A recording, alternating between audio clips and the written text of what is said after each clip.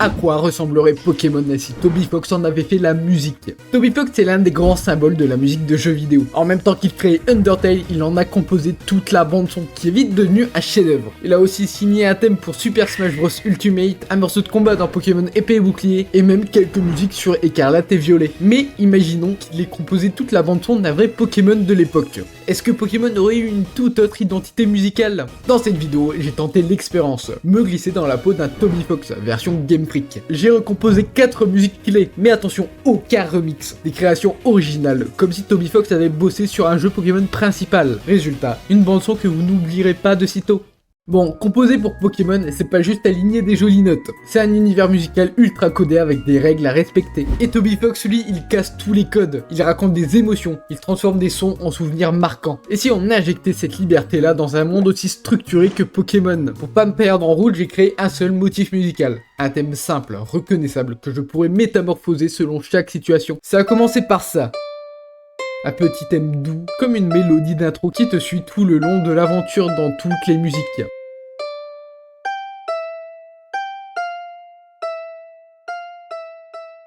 Pour l'habillage sonore, j'ai repris quelques ingrédients chers à Toby Fox. Un arpège répétitif avec un instrument lo-fi typique d'Undertale. Et un piano récurrent dans ses morceaux pour les accords. Mais je me suis pas contenté de poser les accords comme ça. J'ai d'abord posé la basse toute seule, puis le reste de l'accord juste après. Ce petit décalage créait un balancier rythmique. Et voici pour la musique de la toute première ville.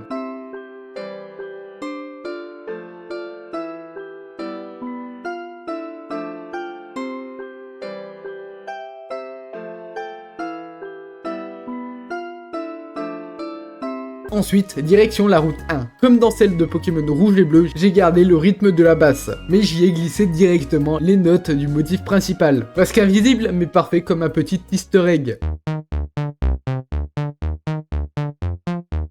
Puis j'ai cherché une nouvelle mélodie au piano, test après test, jusqu'à trouver celle qui sonnait juste. Et je l'ai enrichi avec quelques notes d'harmonie en dessous. Et on obtient un bon résultat.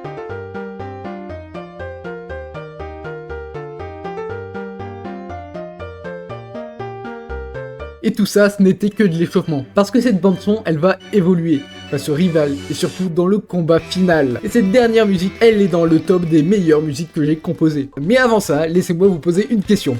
À votre avis, quel est le point commun entre ces 3 youtubeurs? Ils ont tous explosé grâce à Merguez Superstar. Merguez Superstar, c'est le programme ultime pour réussir sur YouTube. Des centaines d'heures de conférences avec Fuse, Julgan Alcor et plein d'autres créateurs qui cartonnent et qui répondent à tous tes problèmes. Pas d'idée de vidéo? Va voir la conférence sur les sujets. T'arrives pas à écrire tes vidéos sans avoir l'impression que ton script a été pondu par une IA. La conférence écriture va t'apprendre à sortir des textes qui claquent. Et en plus, la nouvelle version de YouTube secrète, normalement vendue à 115 balles, est incluse dans l'abonnement. C'est vraiment un truc de fou. Moi-même, je suis dedans et j'ai pu parler directement avec Kélian pour analyser ma chaîne. Et c'est là que j'ai complètement changé de direction. Si cette vidéo existe aujourd'hui, c'est clairement grâce à lui. Tu bosses pas seul, il y a même un système de clans, et même des guerres de clans. T'es porté par ta team et tu deviens une vraie machine à YouTube. Tu peux passer par le lien en description, c'est ouvert, mais les inscriptions ferment le 3 septembre. Et tu peux tester juste un mois. Si ça te plaît pas, tu peux partir. Tu veux percer, c'est maintenant ou jamais. Bon, on revient à la vidéo.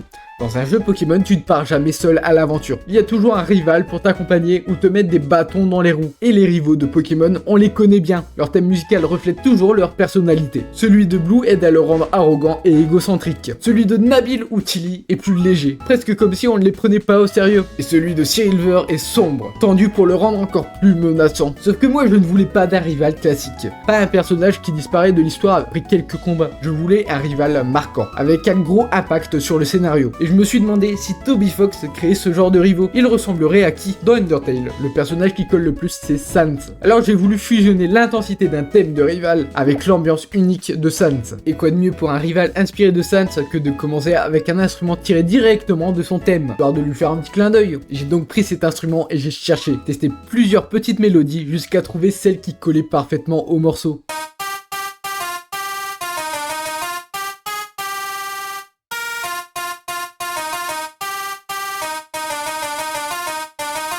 Pour me mettre dans l'ambiance de la musique, j'ai ensuite enchaîné avec une batterie. Chez Toby, les batteries dans les musiques de combat ont souvent une rythmique énergique et dynamique. Je m'en suis inspiré pour donner à ma batterie cette énergie combative.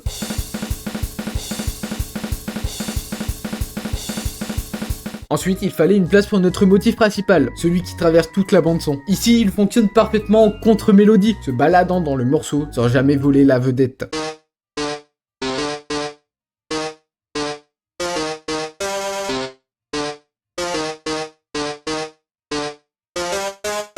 Puis la basse. J'ai pris un synthétiseur, créé une onde de triangle et je l'ai retravaillé avec quelques effets pour qu'elle s'intègre parfaitement au reste. Et pour compléter le tout, un piano chargé de poser les accords et un son de corps qui vient soutenir et renforcer ces accords. Et voilà, on a notre refrain. Mais un refrain, ça ne suffit pas pour une musique grandiose. Fallait un moment de respiration. J'ai donc intégré un passage où l'ambiance change complètement, plus calme et plus posée. C'est une technique qu'on retrouve souvent dans les musiques de jeux vidéo. Même dans ces instants, Toby Fox s'assure que sa mélodie reste présente juste en reprenant les notes dominantes et en les adaptant à cette nouvelle atmosphère. C'est exactement ce que j'ai fait ici. J'ai remodelé tous les autres instruments pour qu'ils collent à ce moment plus doux, jusqu'à ramener progressivement l'énergie et faire exploser à nouveau le refrain, histoire qu'on se remette à fond dedans. Et bien sûr, une musique ne commence pas par un refrain, il fallait une intro. Plutôt qu'ajouter les instruments petit à petit, j'ai choisi de tous les impliquer dès le départ. L'évolution se fait par l'intensité et les nuances, pas seulement par l'empilement d'éléments. Et voilà, après toutes ces étapes, la musique du rival est enfin terminée.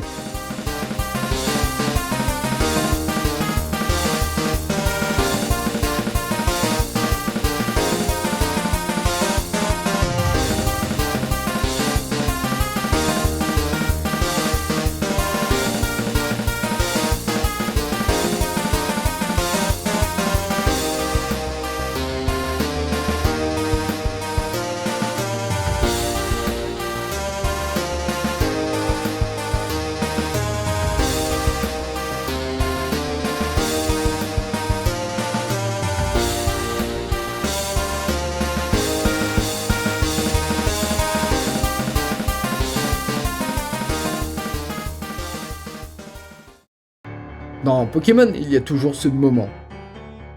Celui qui marque la fin de ton aventure. Un dernier combat, un dernier adversaire. Dans mon projet, c'est ici que tout se joue. Le boss final. Le combat qui doit te prendre aux tripes. Qui te donne envie de te battre jusqu'à la dernière note. Alors j'ai voulu composer un thème qui mélange la grandeur d'un combat Pokémon avec la personnalité musicale de Toby Fox. Un morceau qui, quand il démarre, te fait comprendre que tu ne peux plus reculer.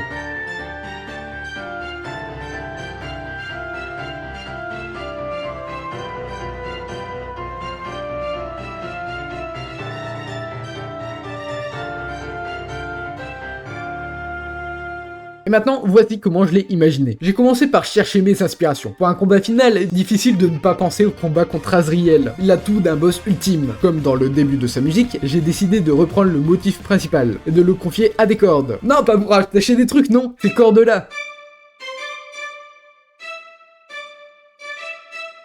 J'ai enrichi le thème avec des accords et une contrebasse. Et je l'ai doublé avec un piccolo, une petite flûte très aiguë parfaite pour donner de la brillance.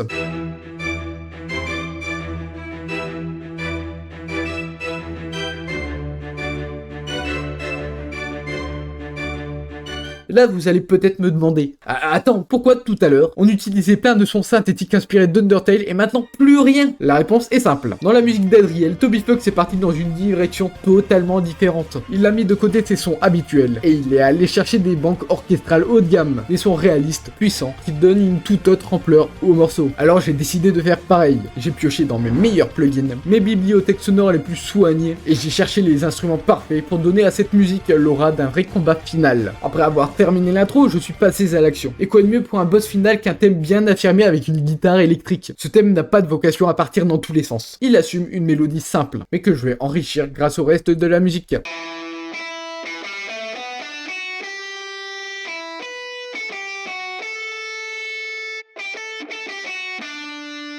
Bien sûr, je n'abandonne pas les cordes. Elles ne sont plus en avant, mais sans elles pour soutenir la musique, elles ne sonneraient pas pareil. Et ici, elles servent en plus de basse et d'accompagnement. Ensuite, j'ai placé notre fameux motif principal. Et là, c'est génial. Dans ce contexte énergique, il prend une teinte un peu nostalgique. Et je l'ai un peu modifié pour aller dans ce sens. Ça donne un contraste vraiment intéressant.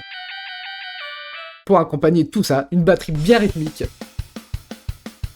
Des plucks qui enchaînent des croches en alternant les octaves, et une guitare acoustique qui fait la même chose à un rythme près. Après avoir créé ce refrain, j'ai voulu changer d'ambiance. Cette fois, la guitare joue une autre mélodie, avec des notes plus longues.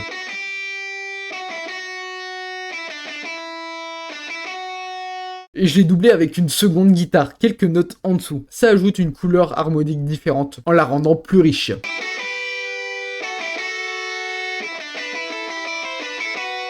Pour soutenir cette mélodie, les instruments plaquent les accords, la batterie change de rythme, et j'ai retiré tout le reste pour laisser plus de place. Après cette section, j'ai voulu préparer le grand retour du refrain. J'ai donc créé une transition. Pour ça, j'ai fait jouer une flûte et un violon sur de longues notes tenues, avec une petite mélodie qui se prépare au refrain. Pendant ce temps, tous les autres instruments se préparent à revenir à l'action. Puis d'un coup, on replonge dans le refrain. La tension éclate, et la musique se termine sur cette dernière explosion d'énergie. Et voilà, c'est comme ça que j'imagine un combat final Pokémon façon Toby Fox. Du calme de la première ville à l'énergie du rival, en passant par la route jusqu'à cette dernière bataille épique. Tout est parti d'un seul et même motif. Alors maintenant que vous avez tout entendu, dites-moi si Toby Fox avait vraiment travaillé sur Pokémon. Est-ce que vous l'auriez entendu exactement comme ça? Si cette expérience vous a plu, abonnez-vous, ça m'aiderait énormément. Et n'oubliez pas, si vous voulez vraiment passer à la vitesse supérieure sur YouTube, Merguez Superstar, c'est vraiment une dinguerie. Le lien est dans la description.